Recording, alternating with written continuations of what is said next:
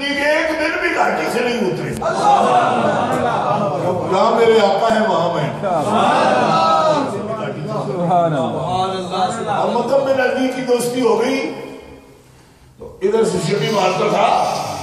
اونٹنیاں مار مار کے اب اونچے پہاڑ کی طرف جاتے نہیں. پہاڑ ریت یعنی اونٹ ریت کی طرف جاتا ہے, سخت چٹانوں کی طرف, کیا اوپر چڑھائی کی طرف نہیں جاتا. تو مار مار کے اونٹنیوں کو اوپر چڑھاتا, پھر سیٹی مارتا تو لے لو.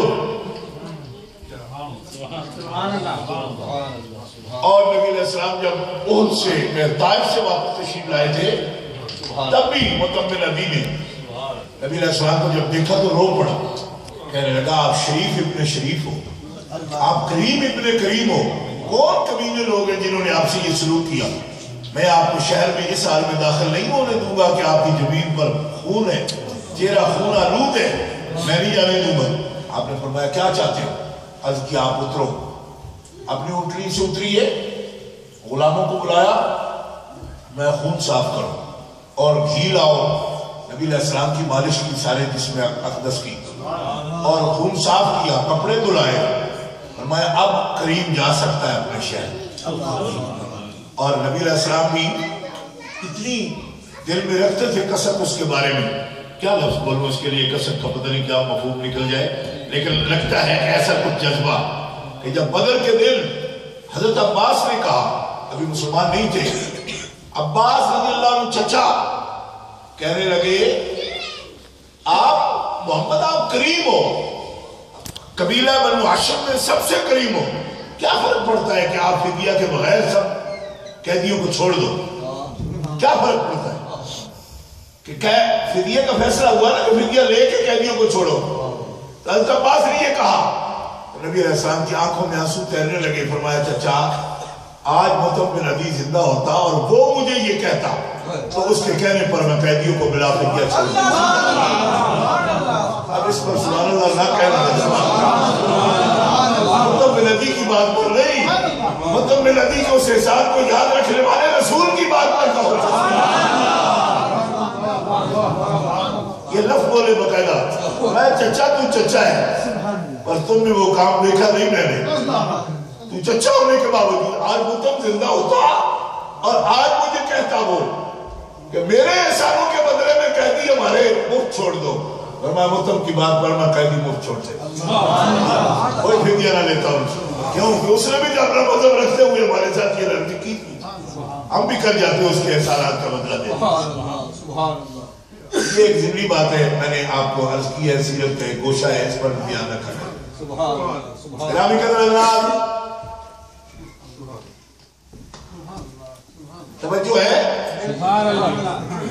حضرت ابو بکر صدیق رضی اللہ تعالی عنہ کو نظریہ بھی رکاوٹ نہیں بنا. ہو سکتا ہے نا بچپن میں مزاج مل گیا ہو تو دوستی ہو گئی, لیکن جب بات مذہب کی آئے تو کہیں بھائی ہم نے, جیسے مولوی صاحب نے کہا کہ ذاتی معافی مانگتا ہوں کہ تیری کوئی انسلٹ کی ہے, نظریے میں قائم رہوں گا, میں اپنی بات پر بات کروں گا. میں نے کہا پھر ہمارے لیے تو کوئی بات نہ ہوئی, کیونکہ ہم کو تو پھر لڑنا ہے. جب آپ کا نظریہ درست نہیں ہے تو اس معافی کا فائدہ کیا ہے؟ بات سمجھ آ رہی ہے نا. حضرت ابو بکر صدیق کو نظریے کو رکاوٹ نہیں ہوئی. حضور محبوب تھے, حضور کا نظریہ بھی محبوب تھا ایک منٹ کے لیے. اور اس کی گواہی میں سرکار نے دی.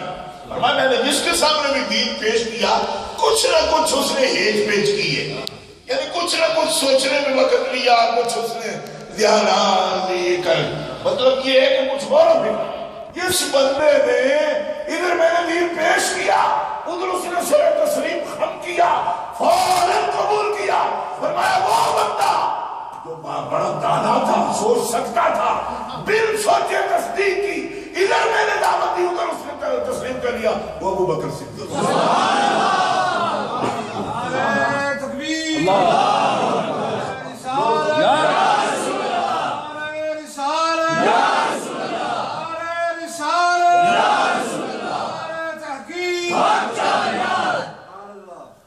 اور آپ سنگت دیکھو مزاج کیسا ہے توحید کے بارے میں. ایک سال بھی شک میں نہیں. میں ابن شاہد زہری سے کہا, حالانکہ ابن شاہد زہری بھی کبھی کبھی ایسی بات کو کر جاتے ہیں. مگر اس بارے میں انہوں نے کہہ دیا کہ فضائل الصحابہ میں امام احمد بن حنبل نے اس کو نقل کیا، ایسا کہہ رہے ابن شہاب زہری۔ گرامی قدر حضرات، پھر یہ دوستی آپ سے، محبت، موالات، یہ کتنی چلی؟ عالم ارواح کا تو اشارہ میں نے پہلے دے دیا حدیث سے، یہ عالم ارشاد تھا، بچپنے سے ہی دوستی اور زندگی کے آخری سانس تھا۔ سبحان اللہ، یہ بھی سبحان اللہ کہنے کا مطلب اور زور سے کہتے یعنی کچھ ہوتے ہیں نا موڑ دے سکی، کچھ توڑ دے سکی۔ سادہ فیض الحسن شاہ صاحب عالم معاشری پڑھے، اس پر تقریر کرتے تھے، کچھ موڑ دے سنگی تو کچھ توڑ دے سنگی۔ مطلب ہے مجھے بھی زندگی میں کتنے لوگوں نے کہا آج کی بادشاہ جی ہم اس نظریہ سے متفق ہیں مگر ٹائم نہیں دے سکتے، بس یہاں تک، لیکن جدی لب گئی بریا اس کا جانیے جس کا توڑ چڑھے، اور یہ وہ کر سکتا ہے کہ جس کو ماننے میں اپنی شرائط کوئی نہ ہو، اس کی ریزرویشن کوئی نہ ہو، تحفظات کوئی نہ ہو،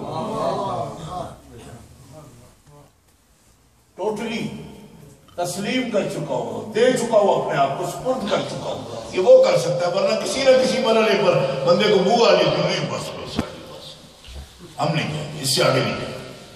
ابو بکر صدیق نے کبھی نہیں کہا کہ اس سے آگے نہیں، کہو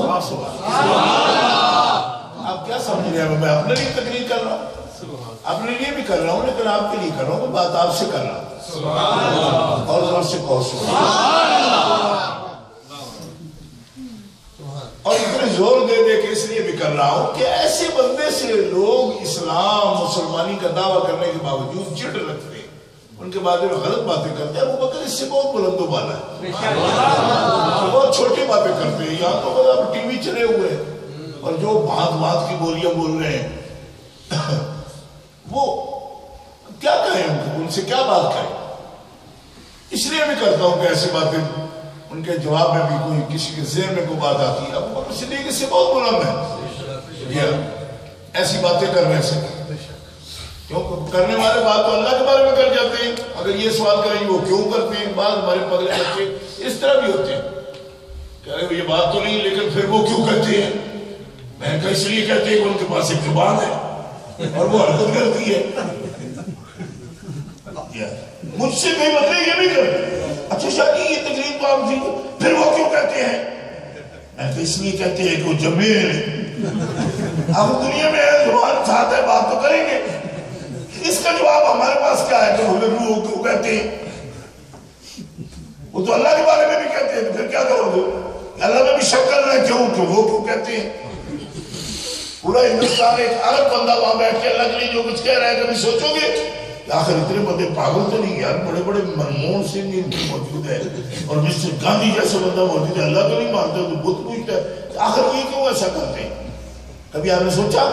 ہندوؤں کو دیکھ کر کہیں کہ اللہ پتہ نہیں ہے کہ نہیں ہے، ایسا کبھی سوچو گے؟ نہیں سوچو گے نا، کیوں؟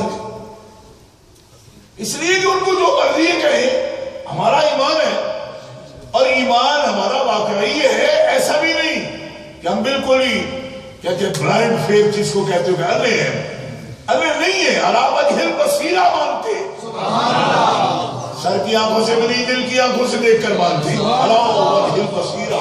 نبی علیہ السلام کا راستہ اندھا ماننے کا راستہ نہیں ہے، حضور خود فرمایا ھذہ سبیلی ادعو الی اللہ علی بصیرۃ انا ومن اتبعنی، سبحان اللہ، علی بصیرۃ انا ومن اتبعنی۔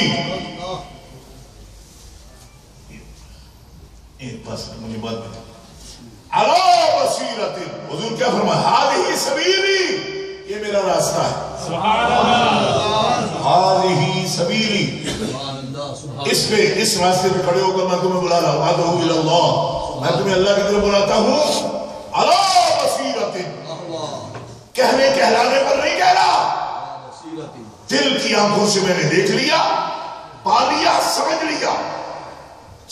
لیا، بصیرت قلبی کی بنیاد پر میں تمہیں دعوت دیتا ہوں، کہ توحید کے خلاف جتنے بھی نظام ہیں اور نظریات ہیں غلط ہے، آؤ اللہ کی طرف۔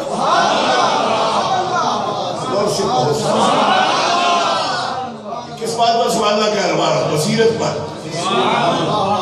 یہ کہہ رہا ہی بات نہیں کل تو کہہ دے نا، یہ کہہ اللہ بصیرت ہے، میں سمجھ کے بات کر رہا ہوں۔ رسول اللہ فرمائیں کہ میں